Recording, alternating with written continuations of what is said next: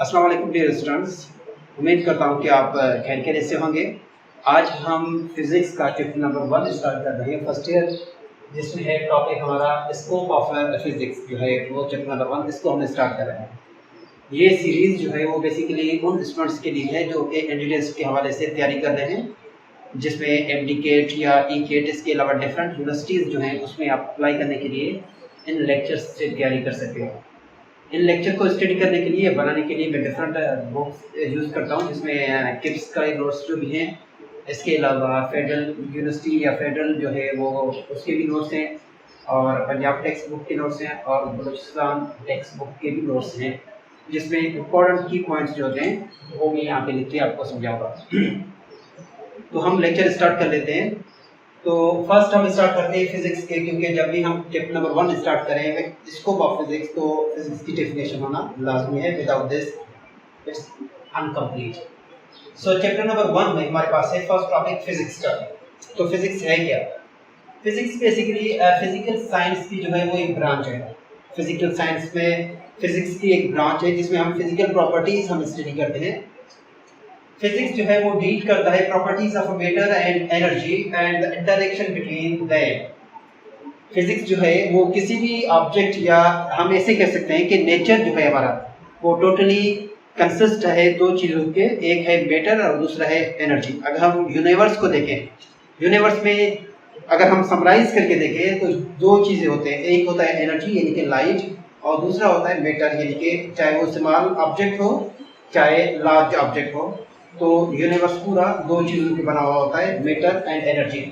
तो फिजिक्स में हम क्या करते हैं कि फिजिक्स में मैटर और एनर्जी को स्टडी किया जाता है, और इसके दरमियान इनकी जो इंटरेक्शन है उसको भी स्टडी किया जाता है। कैसे? देखें, अगर हमारे पास एक माचिस की तीली है जिसमें एक एक्सप्लोसिव मटीरियल है, उसको आप रब करेंगे बॉक्स के साथ, तो कुछ टाइम के बाद ये जो मैटर है वो कन्वर्ट हो जाएगा किसमें? हीट में कन्वर्ट हो जाएगा। यानी कि वो हमारे पास क्या है? एनर्जी है। कि आप मैटर को किस तरीके से एनर्जी में कन्वर्ट कर सकते हो, या एनर्जी को किस तरीके से मैटर में कन्वर्ट कर सकते हो, या इनकी हम स्टडी करें सेपरेटली या कंबाइनली, तो ये हमारे पास फिजिक्स कहलाएगा।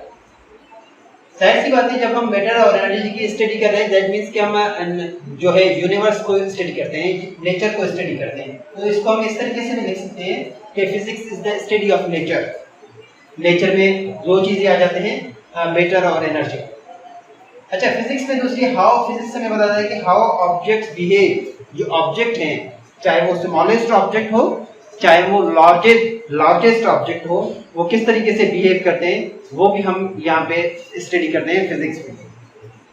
ये जो पॉइंट्स थे इम्पोर्टेंट, ये फिजिक्स के इम्पोर्टेंट पॉइंट्स थे। अब हम आते हैं कि ब्रांचेस ऑफ फिजिक्स कौन से हैं। वैसे तो ब्रांचेस ऑफ फिजिक्स बोलते हैं 100 प्लस या 1000 प्लस ब्रांचेस हैं फिजिक्स के, लेकिन कुछ इंपॉर्टेंट ब्रांचेस जो है फर्स्ट ईयर के हवाले से वो हम पढ़ते हैं। उसमें सबसे पहले है magnetics. It deals with the motion, movement. Motion का मतलब है कि कोई भी बॉडी अपनी पोजीशन चेंज करे विद रिस्पेक्ट टू टाइम, तो वो body in the state of motion कहलाएगा। तो फिजिक्स में या मैग्नेटिक्स में बेसिकली मोशन को ही स्टडी किया जाता है, चाहे वो मोशन स्ट्रेट लाइन में हो, चाहे वो मोशन रैंडम पाथ में हो, चाहे वो मोशन सर्कुलर मोशन हो, चाहे वो प्रोजेक्टाइल मोशन हो। तो ये सारे जो मोशन के पाथ हैं वो सारे हम स्टडी करते हैं किसमें? मैग्नेटिक्स। उनको स्टडी करने को मैग्नेटिक्स कहा जाता है। अब मैग्नेटिक्स जो है वो दो अलग ब्रांचेस में डिवाइड होता है, एक कहलाता है काइनेमेटिक्स, दूसरा कहलाता है डायनामिक्स। काइनेमेटिक्स जो है वो स्टडी है, it deals with the study of a motion without reference of force.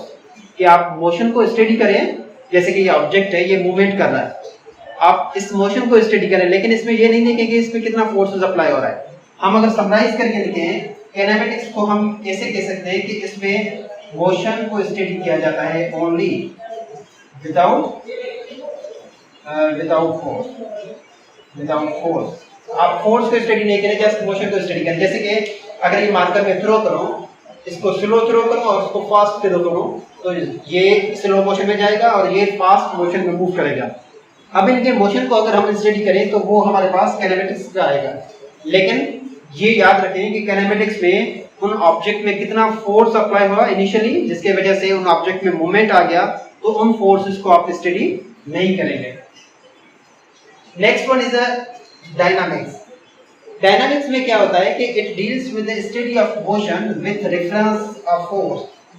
अब डायनामिक्स में आप जो है मोशन को स्टडी करेंगे, इसमें आप मोशन को भी स्टडी करेंगे और मोशन के साथ आप इसमें फोर्स को भी स्टडी करेंगे कि उस मोशन को प्रोड्यूस करने के लिए कितना फोर्स उस बॉडी पे अप्लाई हुआ। अगेन मैं एक मिसाल देता हूँ, अगर दो मार्कर है मेरे पास, एक को मैं स्लो मूवमेंट कराता हूँ, दूसरे को फास्ट मूवमेंट कराता हूँ। दैट मीन्स कि जिसमें स्लो मूवमेंट है उसमें जो इनपुट यानी कि फोर्स जो अप्लाई हुआ, जो हमने एफर्ट अप्लाई किया वो कम है। जो फास्ट मूवमेंट में है इसमें एफर्ट जो अप्लाई हुआ वो ज्यादा अप्लाई हुआ। तो ये हमारे पास बेसिकली डायनामिक्स में उसमें मोशन और फोर्स दोनों को स्टडी किया जाता है। नेक्स्ट वन, अच्छा दूसरी बात ये याद रखें कि ये मैकेनिक्स जो है वो फिजिक्स का फंडामेंटल बेसिक ब्रांच है।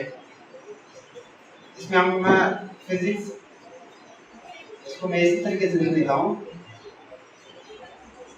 Basic branch of physics. MCQ में ये आ सकता है कि फिजिक्स का जो बेसिक ब्रांच है वो कौन सा है, तो परफेक्ट आंसर जो है वो है मैकेनिक्स। ठीक है, अब आते हैं नेक्स्ट ब्रांच में, वो है हीट एंड थर्मोडायनामिक्स। हीट, इसमें बेसिकली क्या करते हैं कि इसमें हम स्टडी करते हैं हीट को, यानी कि एनर्जी, क्योंकि हमें पता है कि heat is a kind of energy. Heat as a energy हम स्टडी करते हैं और इसके अलावा मॉलिक्यूलर मोशन, जैसे कि अगर कोई कंटेनर है, इसके अंदर गैस पार्टिकल है या वाटर वेपर्स, वाटर जो है वो है इसके अंदर लिक्विड है, उसको आप हीट अप करते हैं। जैसे आप हीट करेंगे यहाँ से बेसिकली हीट इंटर होगा, यानी कि थर्मल एनर्जी इंटर होगा इन वाटर मॉलिक्यूल्स में। तो ऑलरेडी वाटर मॉलिक्यूल जो है उनकी एनर्जी स्लो है, बिकॉज वो स्लो मूवमेंट कर रहे हैं, रैंडम मोशन है उनकी, स्लो मूवमेंट कर रहे हैं। जैसे ही उसके अंदर बाहर से कोई एनर्जी इंटर हो, जिसको हम एक्सटर्नल एनर्जी कहते हैं, तो उसके बाद ये जो वाटर वेपर्स हैं या मॉलिक्यूल्स हैं उनकी एनर्जी इंक्रीज होगी। कौन सी एनर्जी इंक्रीज होगी? काइनेटिक एनर्जी इंक्रीज होगी। तो एज ए रिजल्ट क्या होगा कि ये कंटिन्यूअसली बॉयल होता रहेगा और वेपर्स बनते रहेंगे यहाँ पे। अब हम यहाँ पे देखें एनर्जी को भी स्टडी करते हैं और इसके अलावा ये जो मॉलिक्यूलर जो है मूवमेंट जो है, मॉलिक्यूल मूवमेंट करते हैं। पहले हम देखते थे कि वाटर वेपर स्लो मूवमेंट कर रहे हैं, जैसे ही उसको आप हीट प्रोवाइड करेंगे तो उनकी जो मूवमेंट है वो तेज हो जाएगा। तो हम ये कहेंगे कि हीट और थर्मोडायनामिक्स में हम तो एक तो एनर्जी स्टडी करते हैं, दूसरा जो है वो मॉलिक्यूलर बिहेवियर या मॉलिक्यूलर मोशन को स्टडी किया जाता है। ठीक है स्टूडेंट्स, तो नेक्स्ट हमारे पास है इलेक्ट्रोस्टैटिक। इलेक्ट्रोस्टैटिक अगेन फिजिक्स की एक ब्रांच है जो कि डील करता है विद चार्ज एट रेस्ट। जैसे कि एक वायर है आपके पास, उस वायर में इलेक्ट्रॉन्स मूवमेंट कर रहे हैं।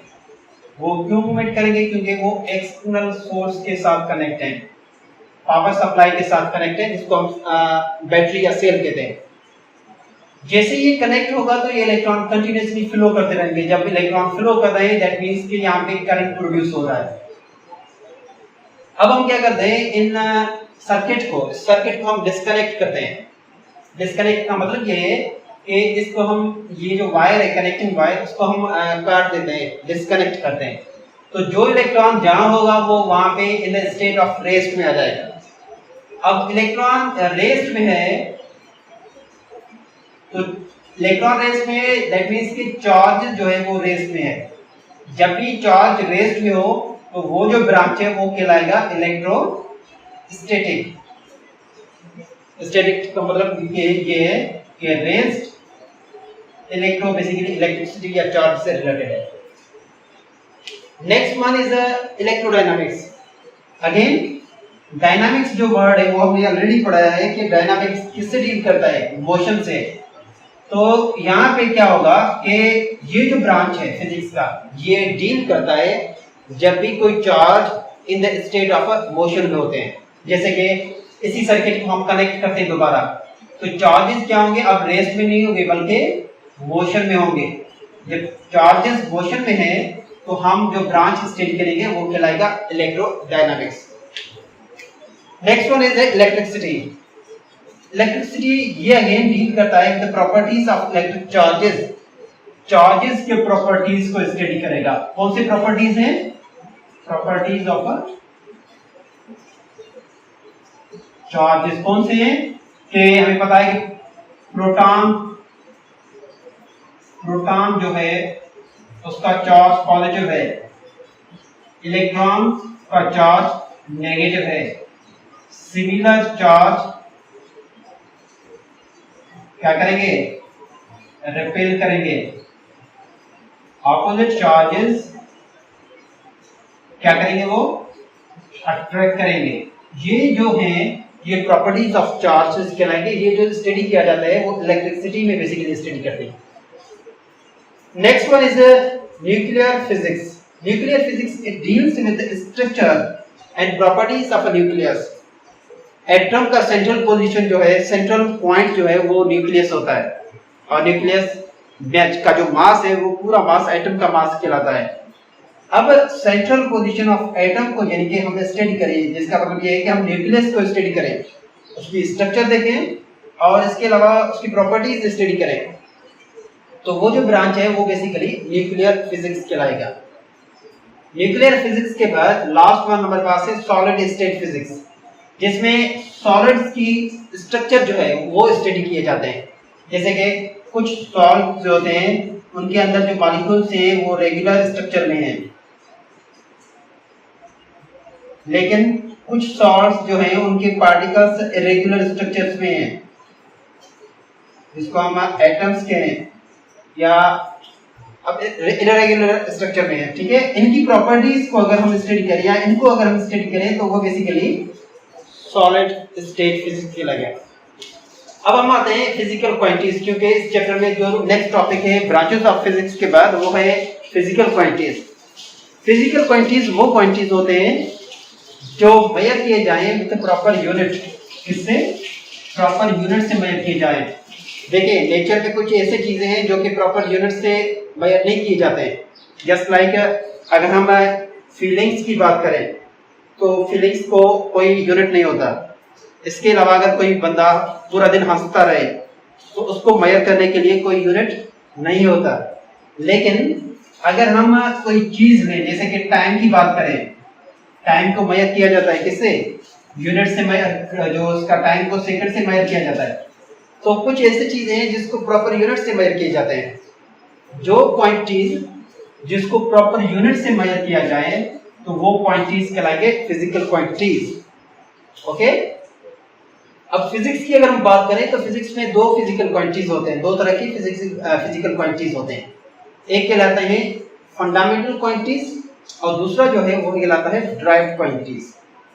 फंडामेंटल क्वांटिटीज को समटाइम बेस क्वांटिटीज भी कहा जाता है और ड्राइव्ड क्वांटिटी को नॉर्मली ड्राइव्ड क्वांटिटीज कहते हैं। फंडामेंटल क्वांटिटीज की बात करें तो they can not be derived, यानी कि बेसिक हैं तो वो ड्राइव नहीं हो सकेंगे।